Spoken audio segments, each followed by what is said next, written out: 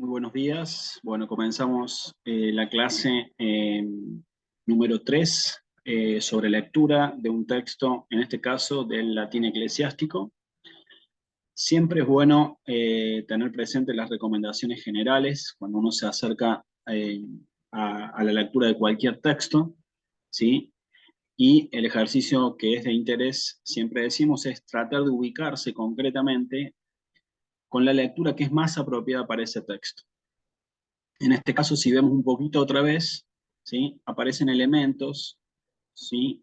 Como la palabra evangelii y como la palabra Jesús, que demuestran lo atinado, en este caso, de leer este texto en la pronunciación eclesiástica. Recordar que en la secuencia del tiempo, ¿sí?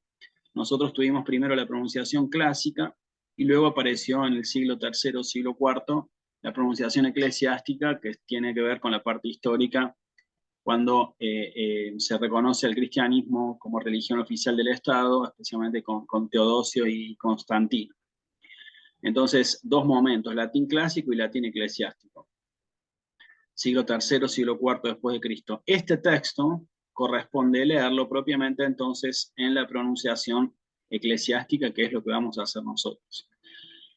La primera parte ya la hemos revisado en clases anteriores, simplemente secuencia Sancti Evangelii Secundum Ioannem, ¿sí?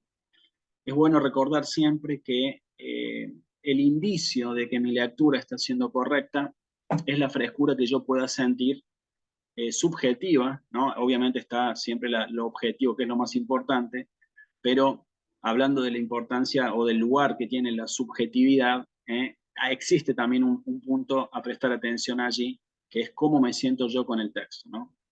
Si el texto fluye normalmente, si yo me doy cuenta que realmente leo y no hay ninguna dificultad, ninguna traba, eso es un buen indicio, obviamente. Y si yo en mi lectura voy leyendo y me percibo que me dificulto, que me molestan las palabras, que me molesta el texto, que se me escapa repetir alguna palabra, eso es indicio de que hay que prestar atención a ver dónde está la falla y trabajarla, ¿sí?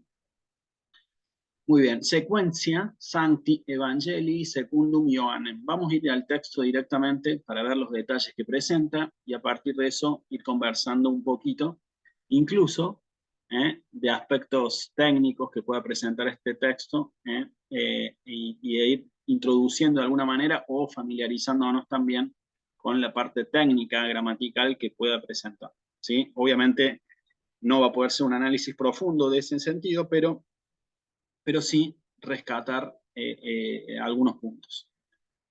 In illo tempore. In illo tempore. Aquí simplemente recordar que la doble L hay que leerla como, justamente como doble L, ¿no? Porque si separo esta palabra en sílabas, me va a quedar una L de un lado, ¿sí? Y otra L de otro lado. Entonces corresponde il lo. Il, primera L, lo, segunda L. Por eso es que por esa misma separación de sílabas, perdón, es que no voy a decir illo, como diríamos villa. La palabra villa o villam en latín también la voy a pronunciar como una doble L, tanto en latín clásico como en latín eclesiástico. ¿Sí? La palabra villa, por ejemplo, evidentemente es una forma vulgar del latín, porque la palabra propiamente, tanto en latín clásico como en eclesiástico, se va a decir villa o villam. ¿Sí? In illo tempore dixit. Aquí aparece el primer verbo del texto. Hay que recordar que me doy cuenta que es un verbo, primero por la cercanía que tiene con el verbo decir o por la asociación que puedo hacer con el verbo decir, ¿sí? Pero segundo también por el elemento que aparece al final de la palabra, que es la letra T, que me indica que estoy en presencia de un verbo en tercera persona del singular. Hay que recordar que cuando tengo un verbo en tercera persona del singular, es indicio de que el sujeto también va a ser un sujeto singular por la cuestión de la concordancia de sujeto y verbo. In illo tempore, dixit Iesus Phariseis, ego sum pastor bonus. Muy bien. Phariseis es la otra palabra a la que hay que prestar atención, que tiene la presencia de la PH. ¿Sí? Phariseis. Siempre que aparezca una PH la voy a tener que pronunciar como una F. Sucede lo mismo con filosofía, por ejemplo, ¿no? Esta PH se relaciona también con el griego, ¿no? ¿Sí? Y al final de esta palabra tengo la presencia del diptongo AE, que lo tengo que pronunciar como una E, propiamente, ¿sí? Es el único caso de un diptongo en el cual cambiamos la pronunciación de la palabra justamente por la presencia del diptongo, ¿sí? Entonces, in illo tempore, dixit Iesus Phariseis ego sum pastor bonus. Es importante notar en mi lectura, estoy haciendo un esfuerzo especial por destacar siempre el final de las palabras. Esto que en cualquier otro idioma quizás no sería tan relevante, en el latín adquiere relevancia porque las desinencias de las palabras, lo que podríamos decir de un modo más simple, la parte final de la palabra, es indicativa de funciones gramaticales específicas, ¿sí? Entonces, no es lo mismo si yo a un verbo le pongo la T y leo la T que si se la saco a la T, ¿sí? Puede estar cambiando una persona de la conjugación del verbo, ¿sí? Entonces, es muy importante hacer el esfuerzo para quien se especializa en repetir la parte final de las palabras. Ego sum pastor bonus, ¿sí? En el ego sum es muy interesante observar la conjugación del verbo ser o estar, ¿sí? Acompañada del pronombre personal ego, ¿sí? Atención con este punto, porque ego propiamente es el pronombre personal que acompaña el verbo y que concuerda con el verbo, ¿sí? No siempre vamos a encontrar el verbo ese conjugado, el verbo ser o estar, acompañado de los pronombres personales, pero en este caso sí se observa el verbo acompañado con el pronombre. Ego sum, yo soy pastor bonus, el buen pastor. ¿Sí? Recordar también, muy brevemente, que en la palabra pastor, me ha pasado a veces con algunos alumnos, está la inclinatio naturalis a decir pastor. ¿Por qué? Porque esa es la palabra en español. ¿Sí? Pero hay que recordar aquí que pastor, que en latín propiamente, vamos a decir pastor. ¿Por qué? Porque en latín no hay acentuación aguda, como si yo dijera pastor. Por eso es que no voy a decir curriculum vitae, ¿no? Ni curriculum vitae, voy a decir curriculum vitae o curriculum vitae, con acento en la penúltima sílaba. En este caso, entonces, el acento no va a ir en pastor, perdón, sino en pastor, en la primera A, ¿sí? Siempre comento que en los libros, en los misales de latín eclesiástico, no aparece la explicación, no aparece la colocación, perdón, de las palabras bisílabas, porque se da por supuesto que sabemos nosotros que el acento corresponde ponerlo en la penúltima sílaba. Es una suposición, ¿sí? Pero hay que explicarlo esto. Por eso mismo en la palabra bonus pastor, el acento también va a ir en la O. Si tuviéramos que poner la tilde, iría en la O propiamente, pero no las tiene a las tildes en las palabras bisílabas. Bonus pastor, animam suam dat pro ovibus suis. Animam suam, ¿sí? Fíjense que yo en esta lectura estoy haciendo un esfuerzo especial por leer la palabra, la parte final de la palabra, que es la E. Animam suam, ¿sí? Dat pro ovibus suis, ¿sí? ¿Qué pasa con esta M? Es muy importante aquí explicarlo y acostumbrarse también a esto, porque no es lo mismo si yo digo anima, si yo digo animas o si yo digo animam. ¿Qué pasó allí? Hubo un cambio de una letra que terminaba en la, una palabra terminada en A, otra palabra terminada en S y otra palabra terminada en M. ¿Qué pasa allí? Hay distintas funciones gramaticales, o distintos casos, si hablamos de declinaciones, ¿sí? En el caso de animas y animam es la misma función gramatical, pero están en una palabra está en plural y la otra está en singular, ¿sí? Pero por eso es muy importante leer la parte final de la palabra, hacer ese esfuerzo. Entonces, no es lo mismo decir anima que decir animam. Animam suam dat pro ovibus suis. ¿Sí? Merce. Mercenarius autem, et qui non est pastor, cuius non sunt oves proprie, videt lupum venientem et dimitit oves, et fugit. ¿Sí? En Mercenarius me interesa recordar el tema de la pronunciación de la C con la E. Mercenarios. ¿Sí? Simplemente no voy a escribir toda la regla de la pronunciación de la PAL, de la C, pero sí, en este caso, saber que corresponde pronunciarla como che. Mercenarius autem, et qui non est pastor, cuius non sunt oves proprie. Y acá aparece otra vez el diptongo AE. ¿Sí? Que hay que leerlo como una E. Videt lupum venientem et dimitit oves, et fugit. Yo aquí he marcado especialmente dos verbos que son sunt y fugit. ¿Por qué los he marcado? Porque fíjense que la palabra sunt termina con nt, es el verbo ser o estar, tercera persona del plural, del presente, del modo indicativo, y la palabra fugit, que tengo la G con la I que la pronuncio como G, al igual que regina celis, fugit, ¿sí? Son dos palabras, regina y fugit, en las cuales la G con la I la pronuncio propiamente como una G. ¿Sí? Regi, tal cual como vemos aquí. Pero en cuanto a los verbos, me interesa anotar que en el caso de sunt, tercera persona del plural, y en el caso de fugit, el verbo está en tercera persona del singular. ¿Cómo me doy cuenta de eso? Porque termina en nt la primera y en t la segunda. ¿Sí? En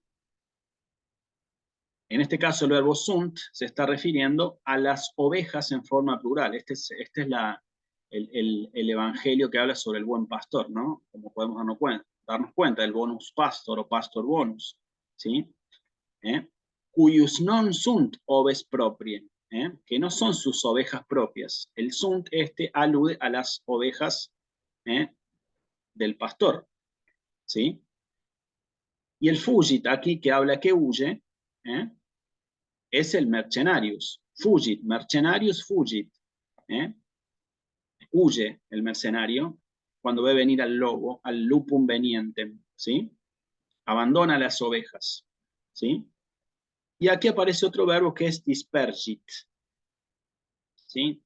Nuevamente la G con la I la tenemos que pronunciar como G. Dispergit oves, ¿sí? Nuevamente verbo en tercera persona del singular, terminado en T.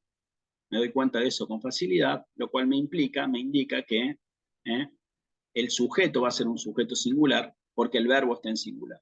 ¿Sí? Mercenarius autem fugit, quia mercenarius est, et non pertinet ad eum de ovibus.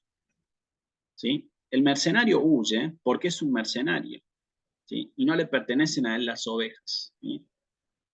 No le interesan concretamente. Nuevamente aparece el verbo fugit. Para quienes les interese repasar, fíjense que tienen tres palabras, verbos terminados con, en los cuales aparece la G con la I. Fugit, dispergit y nuevamente fugit. Esto es muy bueno, repetitio en bloque, ¿sí? Fugit, dispergit, fugit. Quia mercenarius est, ¿sí? Et non pertinet ad eum de ovibus. Aquí la palabra ovibus, fíjense, acuérdense que es un texto eclesiástico, me pone la tilde en la antepenúltima sílaba. No es este lugar para explicarlo, pero sí saber que nos tenemos que acostumbrar a este tipo de palabras en las cuales aparecen una consonante con una vocal I, ¿sí? En la penúltima sílaba, que nos, digamos, nos conduce a colocar la tilde en la antepenúltima sílaba, ¿sí?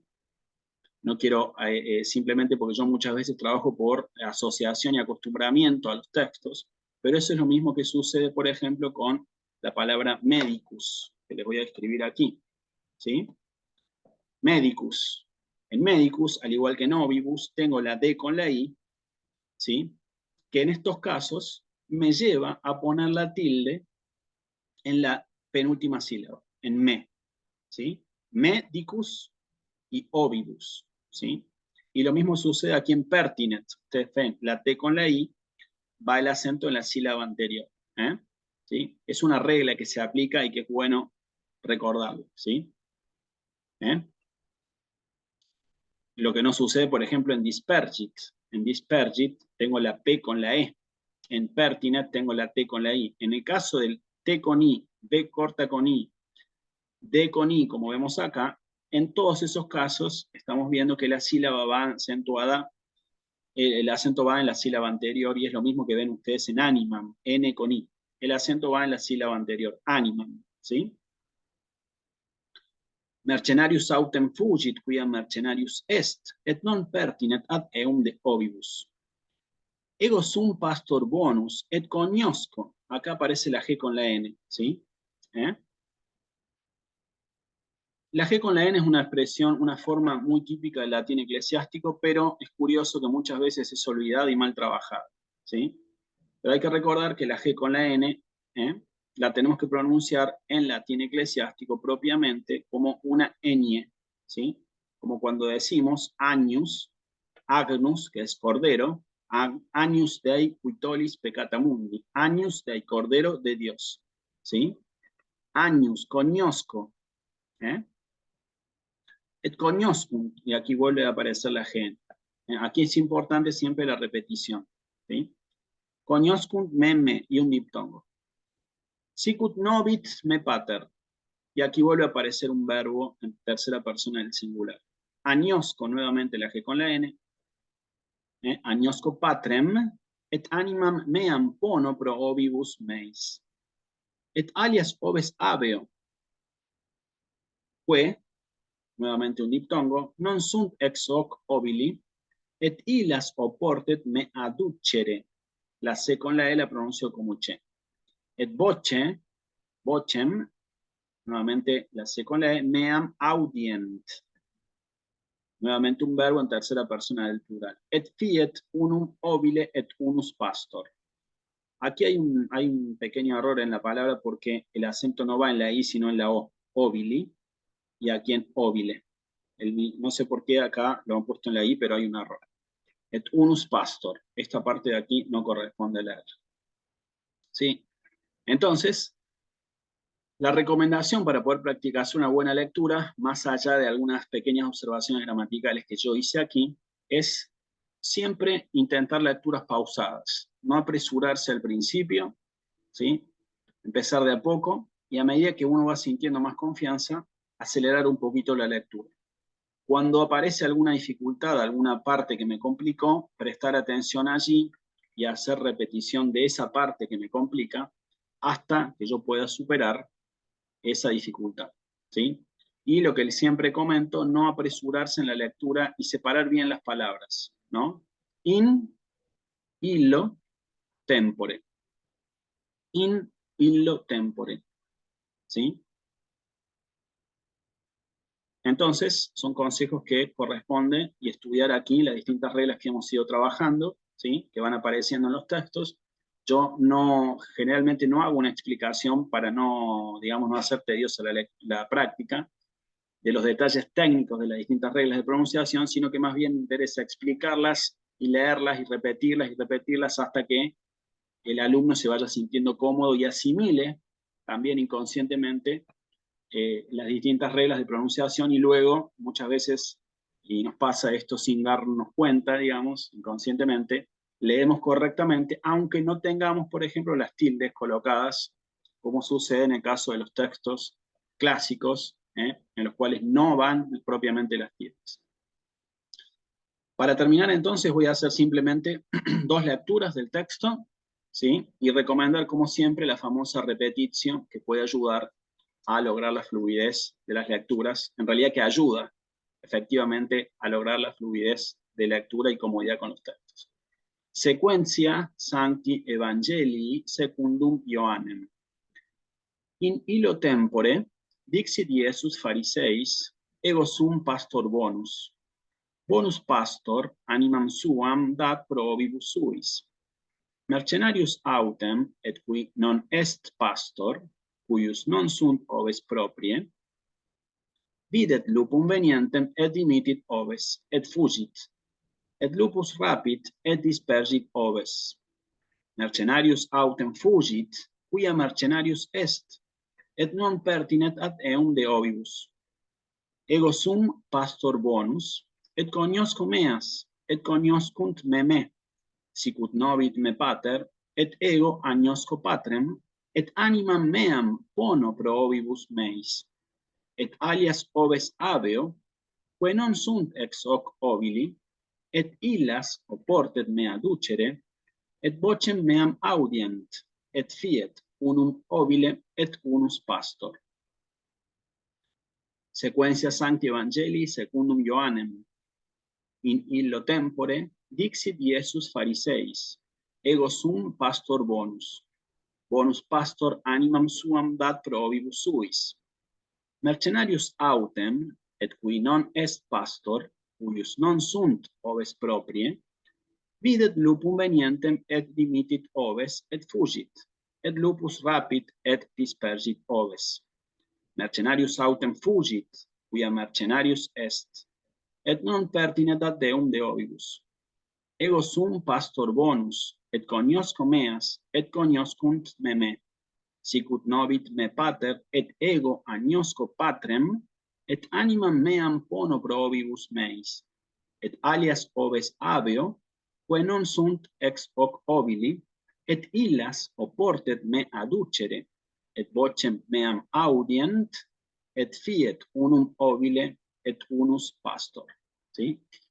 Bueno, como pueden ver, entonces, el punto central está en la repetición, ¿sí? Obviamente es muy bueno conocer los detalles, las reglas, pero una vez que uno va conociendo las reglas, lo que define es la repetición y la práctica.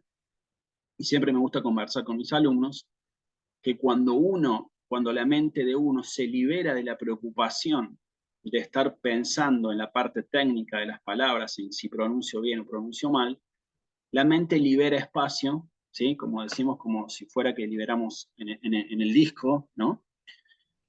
La mente libera espacio para concentrarse en las cuestiones de fondo, ¿sí? Que puede haber en un texto, y ahí es cuando se disfruta más todavía, porque se abre el paso a la contemplación, digamos, ¿no? A la contemplación de lo que estoy leyendo. Este texto es muy rico, muy interesante para pensarlo, porque habla de que el buen pastor entrega su alma por las ovejas, ¿sí? Por eso aquí dice al final, animam meam pono pro ovibus meis, pongo mi alma por mis ovejas. El bonus pastor entrega totalmente su alma por sus ovejas, ¿sí? Al contrario de lo que hace el mercenarius, ¿sí? Que simplemente está interesado en el dinero y que cuando ve venir al lupus, lupum venientem, como dice aquí, fugit. Mercenarius autem fugit, quia mercenarius est. Videt lupum venientem et dimitit oves. Abandona las ovejas, ¿sí? Cuando ve al lobo venir. Entonces, espero que, bueno, con este texto pueda ser de utilidad, ¿sí?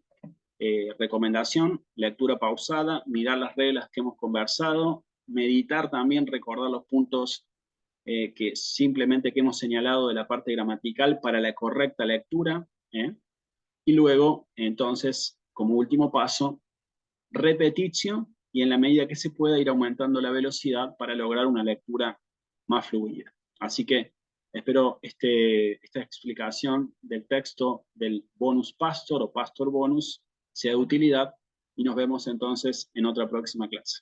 Adiós, adiós.